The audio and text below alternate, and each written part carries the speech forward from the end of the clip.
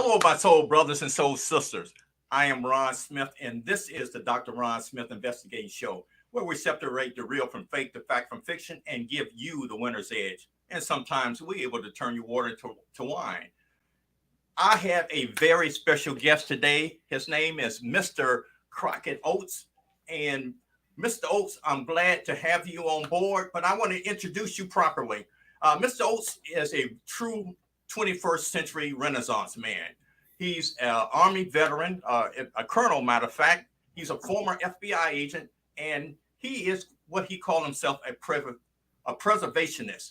And I'm going to get him to tell you exactly what that is. But basically, he has a BS degree. He has two masters, one in criminal justice, the other one in business administration. He is currently the associate chancellor at the Missouri State University at White Plains. Mr. Oates, welcome aboard. Tell us a little bit about yourself other than what I just said. Hey, Dr. Ron, thanks for having me on your show. The main thing that I would love to introduce to your audience about me is that I care about my community. I care about my people. And as a result of that caring, I have chosen to renovate a 100-year-old one-room segregation era African-American school here in West Plains, Missouri. And I think that body of work stems from a culmination of caring about people. You introduced me as a retired Army officer and a FBI agent and a police officer. These are all professions that obviously vacillate around caring for people. And so I view this latest effort of restoring 100-year-old one-room segregation era Black schools in rural Missouri as an extension of that body of work. Now, one of the things that I talk about a lot on my show is the conversation, which is the conversation I wish I had, 20 or 30 or 40 years ago. And we're talking about financial literacy. So one of the things I want your personal view of, how did you learn about financial literacy? Because you don't be an associate professor of business at one of the prestigious university without having some basic knowledge of that. What was the first thing that you learned about financial literacy, and how did you come about that information? That's an excellent question for your programming here on the show. My lesson from about financial literacy happened when I was a little guy. My brother and I was babysitting ourselves. He was 9, I was 6 years old at home by ourselves, which probably would be heard of in this day and time. But our parents would give us an allowance every week for babysitting ourselves, $5 a week. And, if we wanted to get anything that cost above and beyond $5, we had to save for that, and we had to work to raise the other piece of that money. So how that's carried forward in my life as an adult is that's exactly how I roll now. I save for what I want to buy. I'm very selective when I take out credit for anything, and I make sure that I'm investing as opposed to being a consumer. And so I think those basic principles were instilled in me at an early age by my parents, who are very fiscally responsible and taught me those same values. As a university chancellor, you expect a student to be coming to the university with a body of knowledge, especially if they enroll in the School of Business. What are some of the things that you think should be at the elementary level and the high school level that should be preparing them to come to meet you as one of their professors when they get to the university level? I think the main thing that young people need to understand is the power of compounding interest. Compounding interest, I describe as the eighth wonder of the world, because it promotes, in order to have money to invest and then achieve compounding interest, it all starts with the ability to save and to put back and to not spend all of your hard-earned monies on things that aren't going to materialize as assets for you. They're not going to materialize as investments for you. I think one of the main things that I see young people coming to our campus with is a lot of debt. People will give you things, with the mere signature that you probably could work and save and do without, and delay that gratification until you have the money to say buy that starter car. That people will give you a loan for that, and thusly then turn around and that you've paid two times, by way of example, two times more for that car than what you would have if you just purchased it in cash. So those are just some of the basic things that I was thinking about for what kids should be doing versus what I see time and time again not being good behaviors. I concur. Einstein had made that quote that basically the magic of compound interest is the eighth wonder of the world. And he put the positive spin on that. One of the things that I found out, and especially being the victim of trial and error, as a matter of fact, I'm on trial with some of my financial errors, is that as compound interest can work for you, it can work against you. And one of the things I've seen today is about, soon as one of the first pieces of mail I got when I was a college student was a credit card application. And with that credit card application is that, sure, I had, let's say, $1,000 worth of a line of credit, so to speak. But what they didn't tell me is that there was a user rate that I need to learn. And also, as the interest rate has quadrupled over the last couple of months, people don't realize how fast you can get in the red. So I guess my next question to that is that what type of curricula do you think would be beneficial to a high school student prior to getting introduced to the world of finance? I think, again, another excellent question. I think that, kids that are raised in their parents' home are shielded from predatory lending. I think that they need to understand what predatory lending is and what it is not, and understand that people are prone to give them money to do certain things, like, say, achieve a college education, which we all acknowledge is great.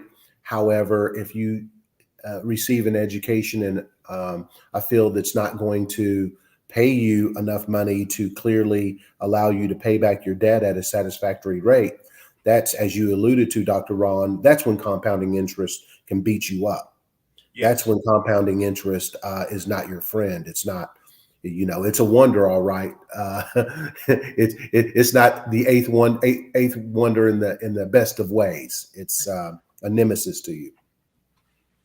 So what type of plan did you have when you were in college that you really intentionally had let's say a budget plan? Did someone tell you, were your parents telling you that basically this is how you set up your income and your expenses, and separated from your assets and your liabilities, or something that you grew into later? Well, no. I mean, I'll keep it real here on your show, Dr. Ron. I made mistakes too at a young age. I made a mistake with regard to credit cards. There I was, a brand new, fresh second lieutenant in the United States Army. Had a good, dependable check coming in, and I had every lending institution that you can name willing to give me money. And I fell for that, as we say, okie doke. I fell for that trick. But once I come to understand and realize what was happening to me with regard to predatory lending, my parents did get me back on track, helped me pay down some of my loans, credit card bills, so that I could then, go forward and do great things and have a head full of knowledge and have learned from my experiences. I understand a lot of young people aren't fortunate enough to have parents that are in a position to help them to do that, but thank goodness mine was in a position to help me. And going forward, I don't mind apostolizing the goodness of just being fiscally smart and budget conscious with how you handle your money. And that's what it comes down to, is just being smart about it. Now, do you have the opportunity to mentor some of your university students regarding this? And it could be, by design, or something that you have structured within, your particular, because you see a need. Sure. There's always an opportunity to mentor if you look for that opportunity. Now, my job within the university is really more focused on the business side of things for the university, keeping the lights on, keeping staff paid, keeping maintenance issues addressed, and not least keeping the budget of the university in check. And so my mentorship really stems from just my community works, that students are a part of.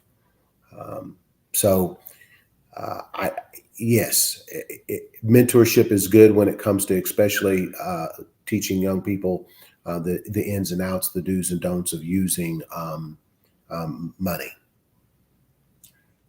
And I got to ask you this before we go to break, because the next part I want to talk about your social investment and in your community as a preservationist. Now, one of the things that I be candid that, when two different households come together, you kind of explained that basically your parents basically gave you allowance, and they kind of coach you along financial situation. Now, your wife named Tanya, right? She is. Yeah, that's Tanya. Okay. What background and how do you guys negotiate this, the budget process? Well, I mean, you're exactly insightful in saying that when two people from different walks of life, not so different, but nevertheless different walks of life, come together and try to form as one family, you do have some growing pains, oftentimes about fiscal responsibility. So what we do is we understand what our bills consist of. We understand who needs to provide to ensure that our bills are covered, what percentage each provide, and then we do that. And then we set up personal savings for the household through those means as well. I'm a firm believer that, while you must save, you too must also get some enjoyment out of your money, and it keeps you motivated and inspired to continue to achieve and earn. And so we do that too. We pay ourselves first.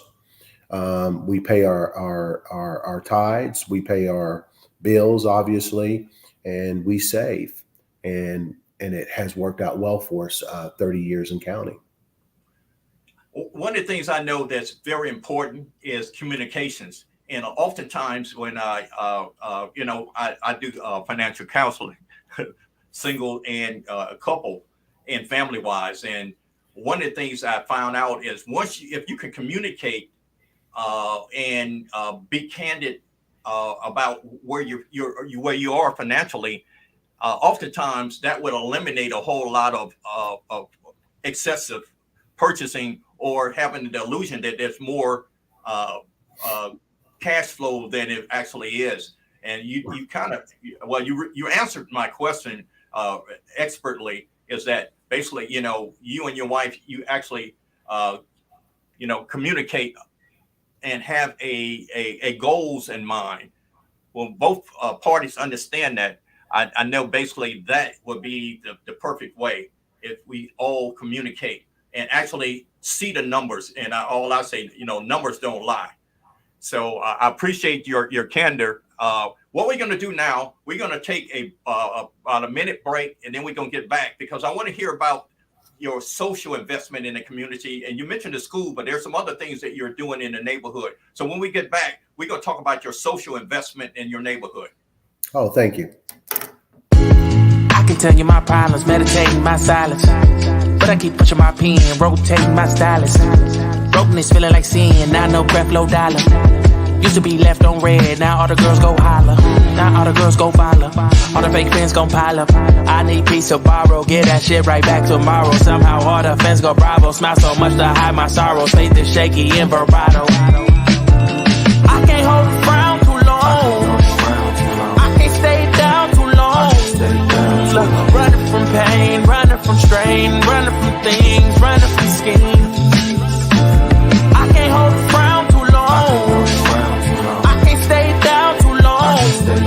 Look, running from pain, running from strain, running from things, running from schemes. Welcome back, guests. I am Ron Smith, and this is the Dr. Ron Smith Investigative Show. And our special guest today is the true Renaissance man, Crockett Oates III. He's the Associate Vice Chancellor of Missouri State University at West Plains? I was about to say White Plains. It's West Plains, Missouri. And basically, I got the personal side of Mr. Oates, but one of the things, and I wanted to build a platform because Mr. Oates is financially secure from his parents instilling him in some things, and also the combination of him and his wife communicating their finances. So now that put him in a position that he wants to go outside his house into the community. Now, he has called himself a preservationist. So, Mr. Oates, tell us what that is, and tell us some of your projects that you're working on, and basically how we can help and support those ideas. Thank you for that. When I came back to West Plains approximately 3 years ago, I noticed that some of our more cultural, iconic institutions here in West Plains, and by the way, the African-American population is less than 2%. I noticed that some of those African-American institutions, like our cemetery and our historic one-room segregation era school, was in blight. And it broke my heart to see, because there was so much rich culture and history that went into these great institutions. I mean, the cemetery was in bad shape. We had a lot of graves out there that were unmarked due to systematic poverty, among other things. And so that was our first effort. My wife joined me in writing grants and seeking assistance from academics to help us to apply technology to identify those unmarked graves so that we could get them properly marked for continued future use of the cemetery. And so that happened, and that was about a 1.5 year long effort to achieve that. And then next we set our sights on restoring the historic Lincoln School, which that's a project that's continuing. Before you get to the Lincoln School, tell us a little bit about the people that are in that cemetery that we need to know, because I think that's what the most historical value that people can actually wrap their hair around, to hear the stories of some of those prominent African Americans that was in that cemetery. Sure, and that's the motivating factor for me. Not least my family members, grandfathers, great grandfathers, and grandmothers are interred there. We have World War II veterans that served in the Buffalo Soldier brigades. We have one of those gentlemen earned 3 Bronze Stars in World War II. And then we have another gentleman, Mr. Jules Towton, that earned 5 Bronze Stars in World War II. Wow. And true American heroes. We have former slaves interred there, enslaved people interred there. The cemetery was established in the mid-1800s. And then St. Leger Brown, who was a Methodist minister and a farmer, received the Homestead Act of 1861, and the land, the 80 acres that he was apportioned, had a plot of land on it that had been designated a cemetery by those individuals that were already there in the area before he got his homestead land.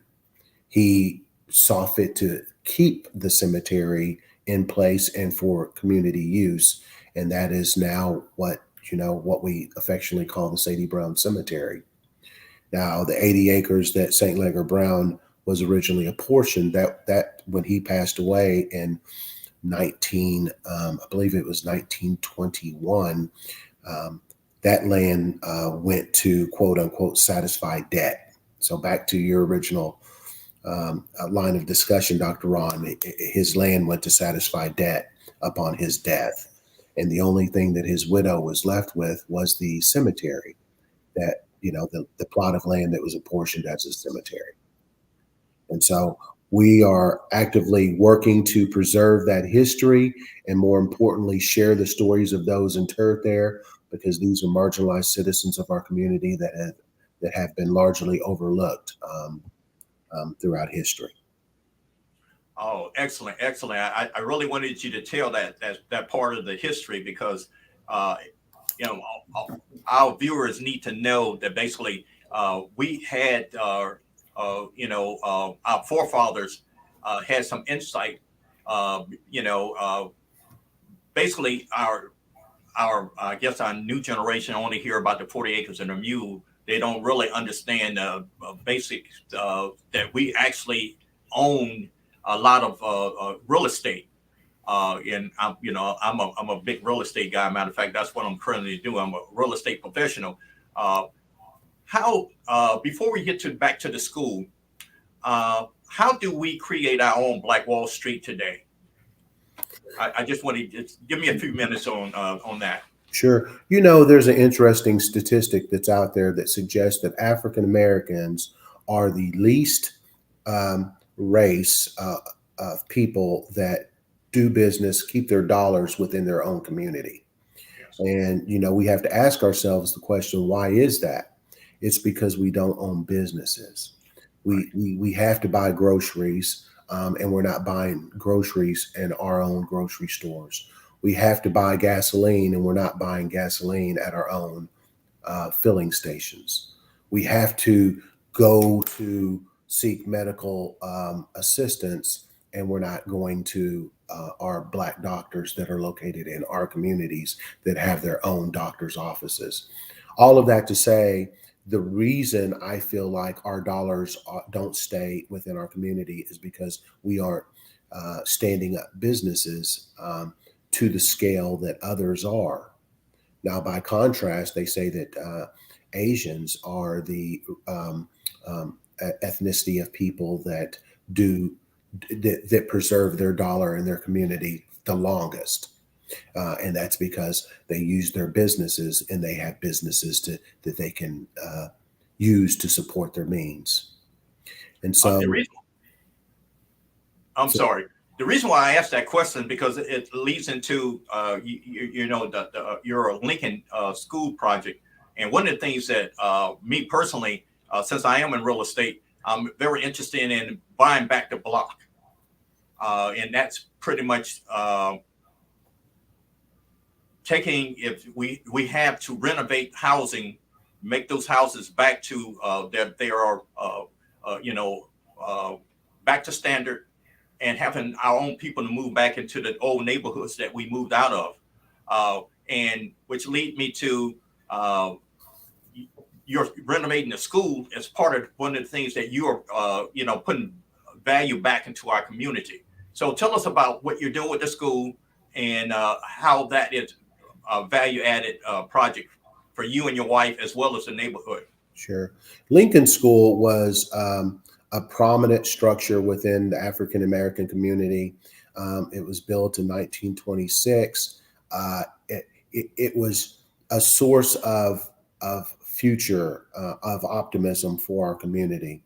we looked upon Lincoln School as a way to get out and be able to, educate ourselves so that we could have an opportunity to get out of the community, to make something of ourselves, and possibly come back to the community and thrive and flourish.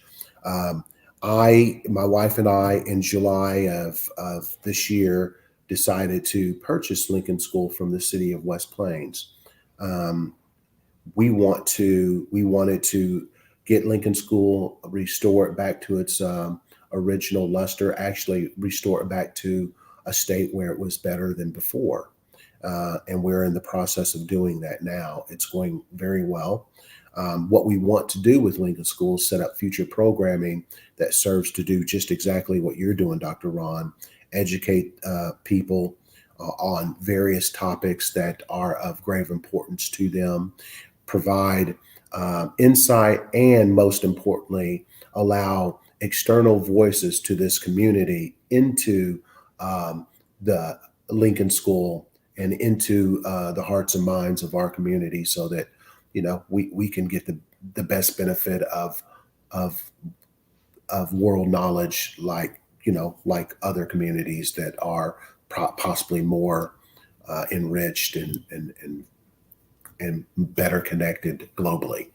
So we want to be an oasis for the community to come and be transported when they walk through the doors with the knowledge and the access that they have to world leaders and thinkers like yourself. I have to ask you to forgive me. You sent me a Lincoln School T-shirt, and I should be having that on right now. So yeah. I'll humbly apologize and have to have you back on my show. Okay. because I want to support the effort that you're doing, because I'm 100% behind. We're educated there as well. Follow us on Facebook at Lincoln School Project, and there I'm posting videos daily of the renovations as they're taking place in real time, and we're engaging the community through comment and chat from our post. And so I'm literally posting sometimes 2 times a day as significant key events happen in the history of Lincoln School. So please follow us on Facebook, Lincoln School Project, and go to our website, www.lincolnschoolproject.com. Excellent. I wanted to get that in. Is there some last minute comments that you like to make regarding what you're doing and how other people can be preservationists and how they can contact you, to get started, that sort of thing? Sure. I think that, how our conversation started out about being fiscally responsible and being guardian of your money. I understand that some of these things that I'm doing does require some startup capital, and that wouldn't have been possible if I hadn't have thought about my fiscal self early in life, and then worked throughout my life to try to ensure that I had, as my great grandmother would say, 2 nickels to rub together, so that one day, when an opportunity such as Lincoln School presented itself, I could do good in my neighborhood by investing in my neighborhood and investing in a historic space that will make a difference to the trajectory of the neighborhood, of its people, for the better. Well, Mr. Crockett Oates III, I appreciate your time, and I got to have you back on the show because I got to wear your T-shirt. So hopefully, coming up in 2024, we can do this again, and then you could share with the progress. Matter of fact, next time you come on, we have to see that video that you produce, and our viewers, we get a better understanding of what you're doing. So sure. Until we come back again, Mr. Oates, appreciate you, brother. Thank you very much. We plan on being complete with Lincoln School January the 15th on Martin Luther King Day. We're going to have a dedication of that space, and I'd love to come back on and talk to your viewers about where we're at with it and what kind of future programming we look to do. All right. Either before or after, we're going to do that show. So until we come back, peace, blessings to all. Dr. Ron, you're the man. Thank you. Thank you.